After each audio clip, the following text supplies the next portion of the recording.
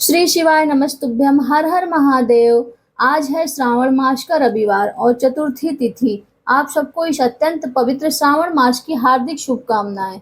हमारे शास्त्र कहते हैं कि इस पवित्र श्रावण मास में भगवान शिव की अधिक से अधिक पूजा अर्चना और निष्ठा पूर्वक सेवा करने से वे अत्यंत सरलता से प्रसन्न हो जाते हैं। इसी श्रावण मास में अधिक से अधिक भगवान शिव की कथा का श्रवण करना चाहिए। इनके दिव्य गुणों का स्मरण और पठन करना चाहिए। और इसीलिए चलिए आज के इस शुभ प्रभात काल के बेला में हम श्रावण करते हैं, श्रावण मास के महात्म का दर्शन कराती हुई इस सुंदर कथा का आइए आज के श्रावण मास कथा आरंभ करते हैं। भगवान शिव ने कहा, हे देवेश, अब मैं शुभ पवित्रोपण का वर्णन करूंगा। सप्तमी तिथि को अधिवासन करके अष्टमी तिथि में पवित्रों को अर्पण करना चाहिए। जो पवित्र बनावाता है उसके पुण्य फल को अब मेरे से सुनिए। हर प्रकार के यज्ञ, व्रत, दान करने तथा सभी तीर्थों में स्नान करने का फल मनुष्य को केवल पवित्र धारण करने से प्राप्त हो जाता है, क्योंकि भगवती शिवा सर्वव्यापिनी है। इस व्रत से मनुष्य धनहीन कभी नहीं होता। उसे दुख, पीड़ा आदि व्याधियां नहीं आती है। उसे शत्रुओं से होने वाला भय और कष्ट नहीं रहता और वह कभी भी ग्रहों से पीड़ित नहीं रहता। इससे छोटे बड़े सभी कार्य सिद्ध हो जाते हैं। इसलिए हे वत्स, मनुष्य और राजाओं के और विशेष करके स्त्रियों के पुण्य की वृद्धि के लिए इससे श्रेष्ठ अन्य कोई भी व्रत नहीं है।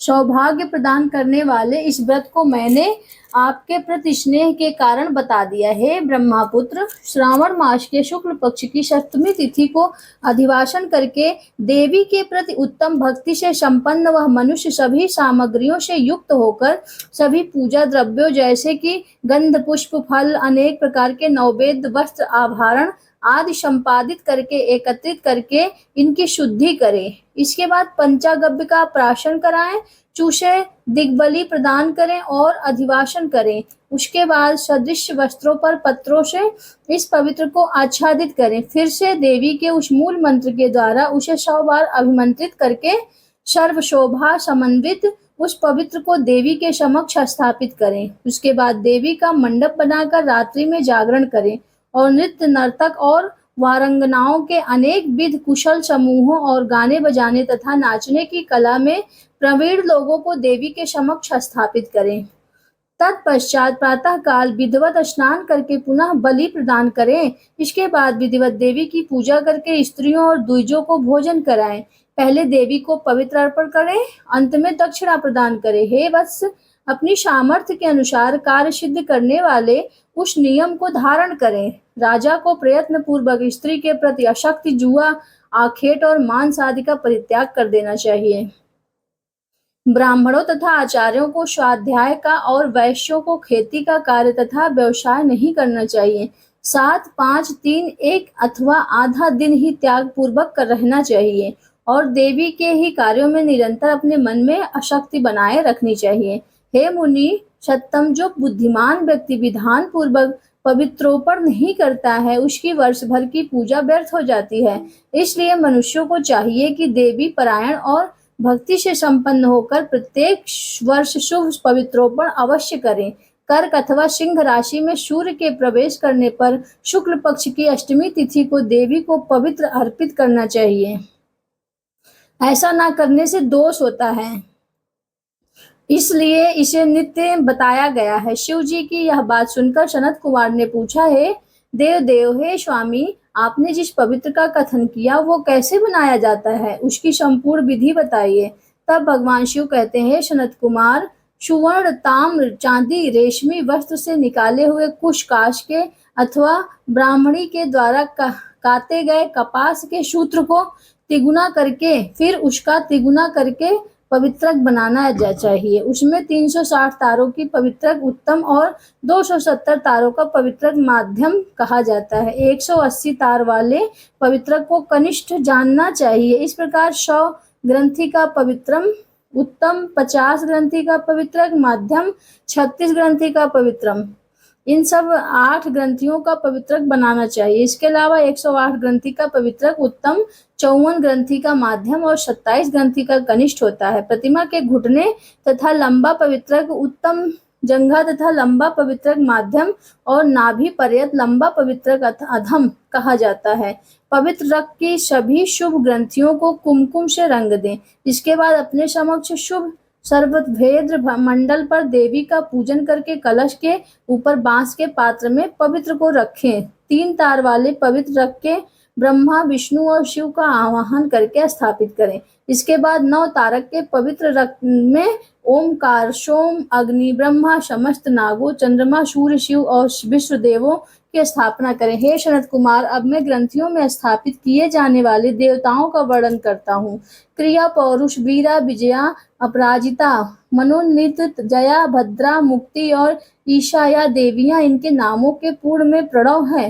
अंत में नमः लगाकर ग्रंथि संख्या के अनुसार क्रमशः आवाहन करके चंदन आदि से इनकी पूजा करनी चाहिए। इसके बाद प्राणों से अभिमंत्रित करके देवी को धूप अर्पण करना चाहिए। हे सनत कुमार, मैंने आपसे देवी के इस शुभ पवित्रोपण का वर्णन कर दिया।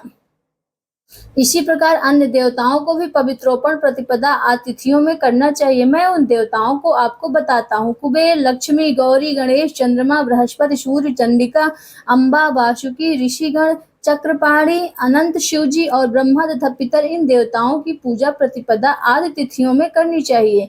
यह मुख्य देवता का पवित्रोपण है। उसके अंग देवता का पवित्र 3 सूत्रों का होना चाहिए। हे विपेंद्र, अब मैं श्रावण मास के दोनों पक्षों की 9वीं तिथियों के करने वाले कृत्य को बताऊंगा। इस दिन कुमारी नामक दुर्गा की यथाविधि पूजा करनी चाहिए। दोनों पक्षों की 9वीं के दिन नक्त व्रत करके और उसे दुग्ध मधु का आहार ग्रहण करके उपवास करे। इन दिन कुमारी नामक एक पापन नाशिनी दुर्गा चंडिका की चांदी की मूर्ति बनाकर भक्ति पूर्वक सदा उनका अर्चन करे। गंध, चंदन, कनेर के पुष्प, दशांग, धूप और मोदकों से उनका पूजन करें।